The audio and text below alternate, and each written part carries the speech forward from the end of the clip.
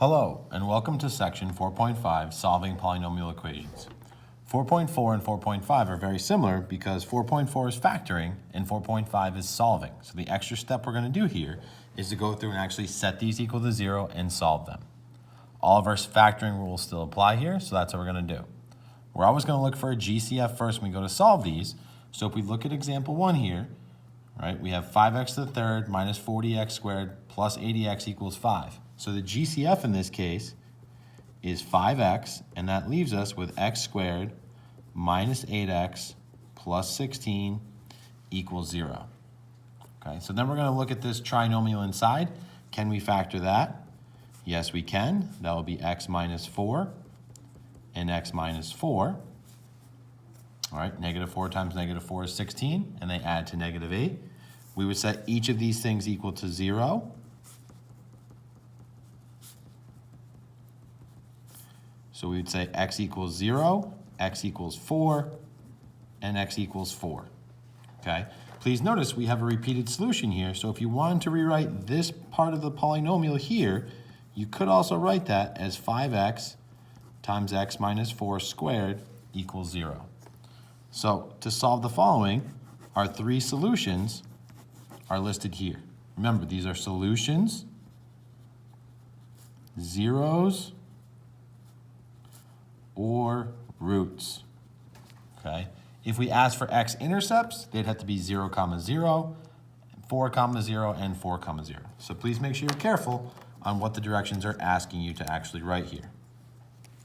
For the second one, we notice we have x to the fourth minus 18x squared plus 81. It's a trinomial, but notice it's in quadratic form because our middle variable is half of the first one. So we'd factor it just like we normally would. Instead of putting x here, we're going to put x squared, or this middle variable there. What's going to multiply to positive 81 and combine to give us negative 18? Well, that would be negative 9 and negative 9. If they ask you just to solve it, you can solve it right from here and set each of the parentheses equal to 0. If they ask you to factor it completely, we realize that this is the difference of squares for each of them. So we would factor everything down, and then we'd set everything equal to 0. Each parenthesis, I should say.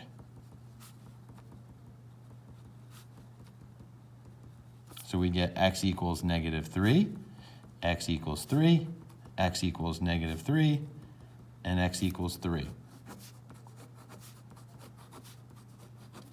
Okay, so when we do that, just realize once again, this polynomial here, we could also write as x plus 3 squared and x minus 3 squared.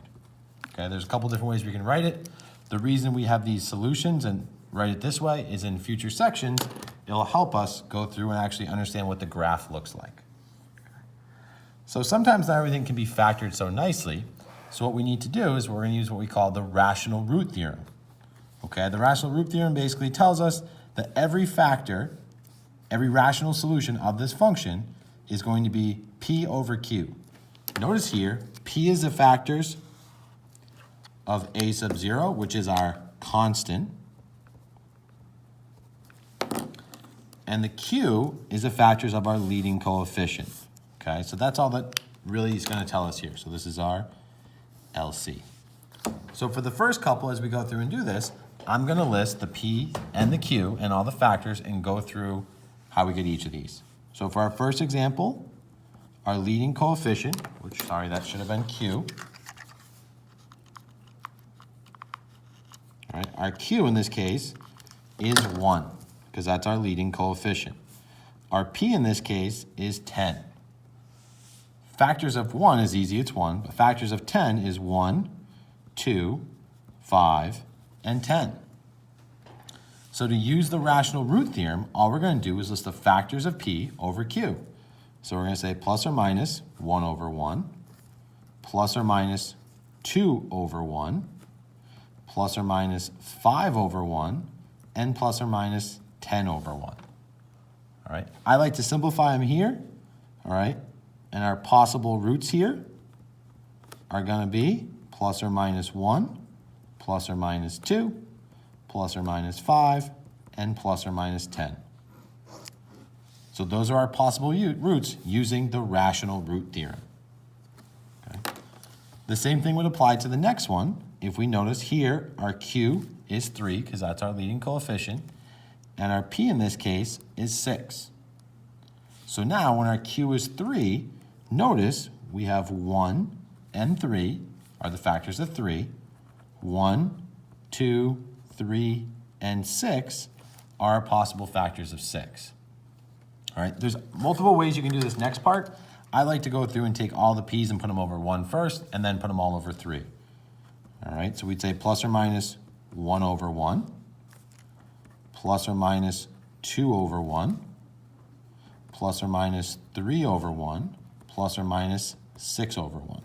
So we did all the factors of p over the 1, and now I'm going to also do them over the 3. So I'll block out the 1. So it'll be plus or minus 1 over 3, plus or minus 2 over 3, plus or minus 3 over 3, and plus or minus 6 over 3. All right. Now I'm going to simplify them and list the possible roots, or the PR. So 1, 2, 3, 6, 1/3, 2/3, 3 over 3 is 1, so we already have that, we don't need to rewrite it. And 6 over 3 is 2, we already have that, we don't need to write that one either. So those are done. Those are the possible roots of our second example. Okay? They're not asking us to solve anything yet, just getting the hang of listing the roots. All right. For the third example here, our q in this case is -1, and our p in this case is 12. Well, the factors of -1 are 1 and -1, but the plus and minus in front of everything helps us so we don't have to even worry about the negative. 12 is 1, 2, 3,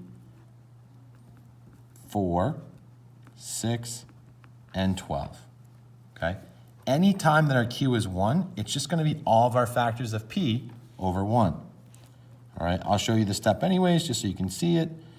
2 over 1, 3 over 1, 4 over 1, 6 over 1, and 12 over 1. So our possible roots are 1, 2, 3, 4, 6, and 12. Okay, this is going to help us because it narrows down the numbers we have to worry about when we go through and do synthetic division to help this out here. Okay. So if we look at our next page, it says solve the following solve using the rational root theorem. My hint here is going to be use a graphing device to help narrow your choices. All right, so what we can do here to narrow our choices, what I mean by that, all right, another hint here, see where the graph crosses the x-axis. Okay, because we're going to have more possible roots than we actually need. All right, so a rational root theorem, which is nice when it's 1, our possible roots are plus or minus 1, 3, 5, and 15. Okay, our q is 1, our p is 15. I know I can just write those there. So when I go through and graph it, it looks like it hits at 3 different points. All right, and I'm going to use -1 as my first point, and I'm going to use synthetic. 1, 3, -13, -15. Remember, if our remainder is 0, all right, this is a 0 of the function or solution. So 1, -1, 2, -2, -15, +15, it's 0. So right now, because -1 is a solution, I can rewrite this as x plus 1 times x squared plus 2x minus 15 equals 0. I got my x squared is coefficients 1, 2 is the x, -15 is there. If you now realize it, This trinomial here can be factored. Well, what's going to give us negative 15, but combined to give us positive 2, positive 5, and negative 3. So my solutions here are x equals negative 1, x equals negative 5, and x equals 3. Okay, so what this now tells me is that these roots should come from here, which they do. All right, understand, you can choose any of these three values, you'll get a 0, and then you factor your remaining trinomial. All right, the same thing for example 2, our possible roots are plus or minus 1, 2, 4, 8, and 16. Okay, all right, in this case, it looks like our graph crosses at 4. So I'm going to use 4 as my first solution, or my first try. 1, negative 16, and 16. Bring down the 1, multiply it, that's 3, that's 12, negative 4, negative 16. So it is a 0 of the function. So if I want to write this 4 as a linear factor, it would be x minus 4. My remaining polynomial is right here, would be x squared plus 3x minus 4. And now I can factor that. Plus 4 minus 1. Okay, it's kind of hard to see that that's a minus 1. Let me just fix that. So now I know my solutions are 4, negative 4, and 1. Okay? All right, there's other ways you can do this as you go through, right? So if we look at example 3, right, our possible roots for example 3, awesome, it's a 1 as a coefficient again, would be 1, 2, and 4. Right. If you see right now that you can actually factor this, that's totally fine. This is in quadratic form, so we could say x squared and x squared. Well, what multiplies to positive 4 but combines to give us negative 5? Well, that'd be negative 1 and negative 4. We could factor each of these. They're both perfect squares, difference of squares, sorry. So all you can do now is x equals negative 1, x equals 1, x equals negative 2, and x equals 2. Okay? You could go through and try any of these values, use your synthetic, and keep working it down as well. All right? Example 4, our possible roots are 1, 3, and 9. All right, I can't factor this by grouping, so I'm going to look at my graph. It looks like it crosses at negative 1. So I do my synthetic. Negative 1.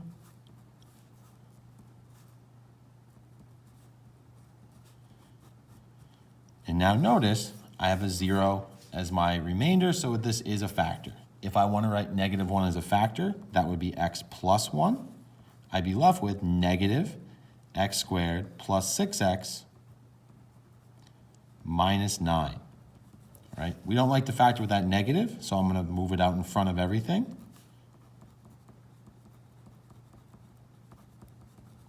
And now I can factor this trinomial here to be x, I need the x there,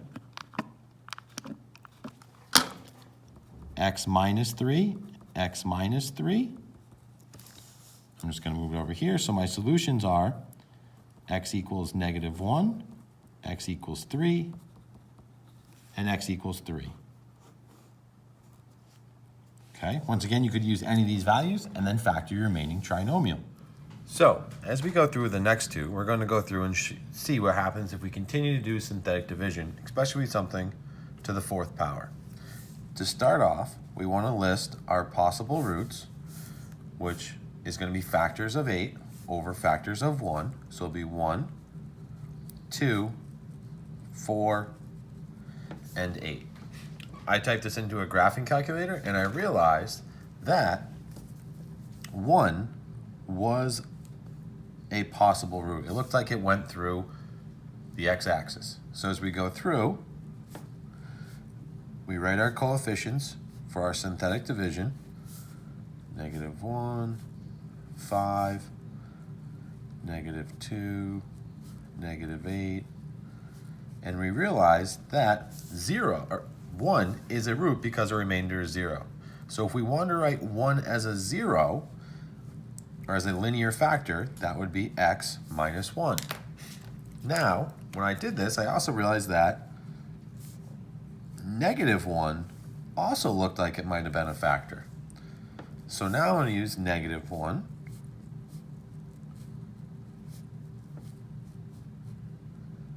And I realized here that -1 is also a factor, or -1 is also a solution, so it's also the factor would be x plus 1. Now I also realized, to continue to use synthetic, that 2 looked like it could be a solution.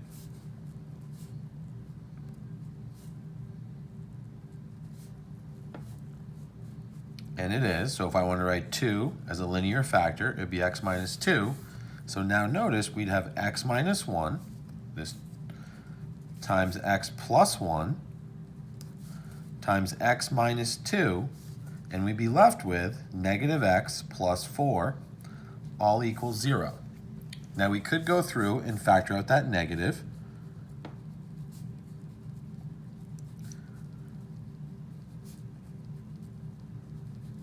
And whether you factor out that negative or leave it, you'll still get the same exact zeros as 1, -1, 2, and 4.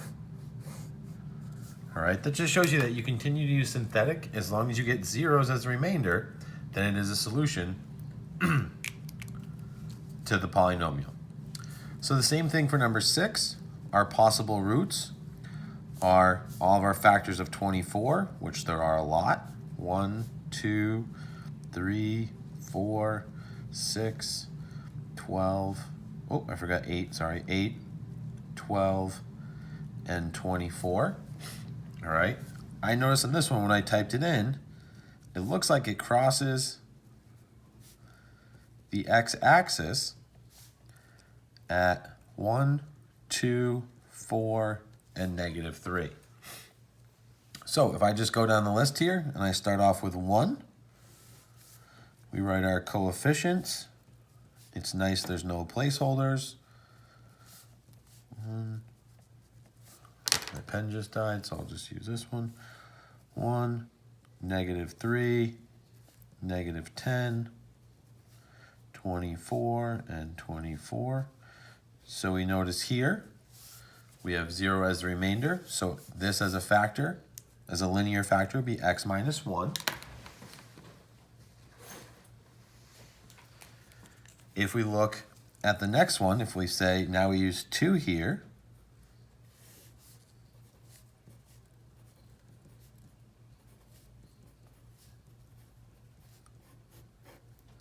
we also get 0 as remainder, so x minus 2 is another option. There's another linear factor. If I now use 4, right, we could also factor this trinomial here. I'm just showing you synthetic all the way through. And now this one would be x minus 4, and that would leave us with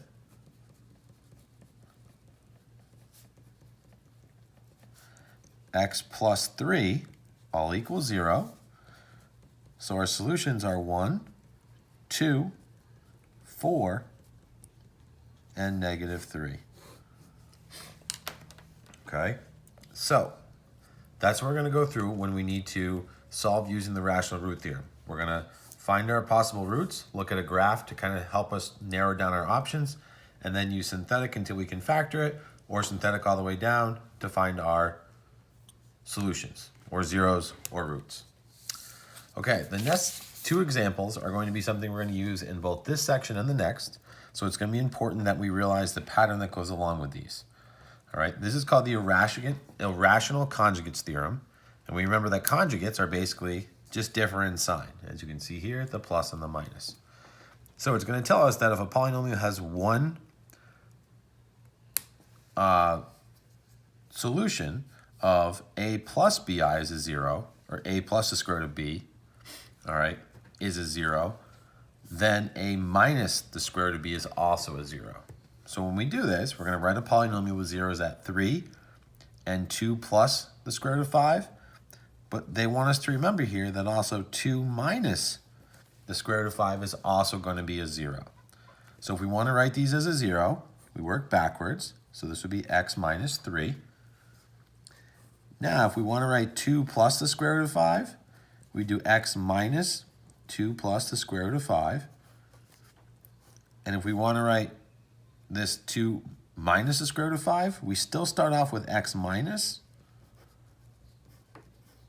Okay, so using the associative property, inside of our parentheses, we can change this to x minus 2 plus the square root of 5, and x minus 2 square root of 5. Now the reason this helps us is when we go through and FOIL this, these are conjugates, so our middle terms will cancel out, and that will leave us with x minus 2 squared minus the square root of 5 squared. That will always be the pattern when we go through and do this. So as we move forward, you'd have to write something like this, and I'm okay with you skipping down to this step here. All right, so now what we need to do is FOIL, or we need to, square x minus 2. So we need to multiply x minus 2 times x minus 2, which will give us x squared minus 4x plus 4, and then square the square root of 5, which will be minus 5. So we'll have x minus 3 times x squared minus 4x minus 1. We now need to distribute or multiply these polynomials. So I'll use the box method here. So I'll have an x and a minus 3, an x squared, a minus 4x, and a minus 1. I go through and find the area of each box. So my function here, let's just call this f of x, is x to the third minus 7x squared plus 11x plus 3. That's the polynomial that has the given zeros here. So it's important to realize that if they tell us 2 plus the square root of 5, we need to remember it's also 2 minus the square root of 5. Okay?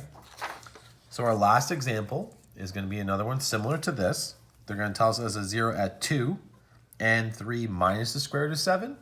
So we also need to remember that 3 plus the square root of 7 will also be a 0. So to start off, we would say x minus 2, that's this 0. And then we'd have x minus 3 minus the square root of 7. And we'd also have x minus 3 plus the square root of 7. Okay. So if we remember our trick, so I'm going to say there's a little trick here. To change the parentheses, we now have x minus 3 squared minus the square root of 7 squared. Okay. Now this is also going to be helpful in the next section when we do the complex conjugate. So remember this trick and how it works. We then need to square x minus 3, which will give us x squared minus 6x plus 9. Square root of 7 squared is just 7. Combine our like terms. We'd have x squared minus 6x plus 2. All right, when we go through, I'm going to use the box method again to multiply these polynomials. We would have an x, a negative 2, x squared, negative 6x, and 2. So we'd have x to the third minus 6x squared, 2x, negative 2x to the squared. Sorry, I'll fix that. So negative 2x squared plus 12x minus 4. So our polynomial, let's just call this g of x, is going to be x to the third minus 8x squared plus 14x minus 4. All right, so that's the lesson for today. Your homework will be posted soon. If you have any questions, please let us know. Have a great day.